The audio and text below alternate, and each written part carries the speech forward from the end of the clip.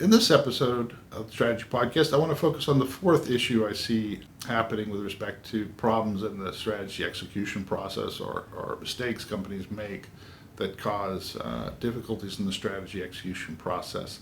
And this mistake is really jumping from the strategy to functional planning too quickly. There's actually an intermediate step in there, which is cross-functional planning. So you've gone to the effort to build a strategy, ideally, which is for the company. That strategy deserves a holistic plan of attack, and that really requires cross-functional planning. That means taking the top people from each of the functions and their people, getting them together and hashing through the details of this top level of this plan.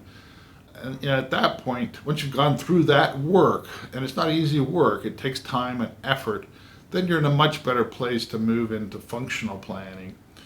And then you can work through, the next stages of budgeting, etc. But if you've gone through that process, by putting in that cross-functional effort and that cross-functional work, you end up with a much stronger chance of having strategy execution work in a way that really takes advantage of the entire organization. Because if you jump to this functional planning too quickly, what you're really doing is really optimizing marketing and sales and manufacturing in isolation of each other, and you're not really taking advantage of the system effect that you can get when you actually optimize across the functions.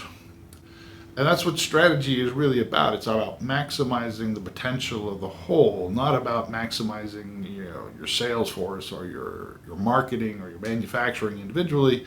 It's really about taking that holistic perspective, and that really requires building a cross-functional plan and putting in the time and effort to build that cross-functional plan, so that by the time you've driven it down into the functional plans, a lot of the trade-offs across the functions have already been made, and the functions have much clearer perspective on what they need to do to contribute to making that plan a reality.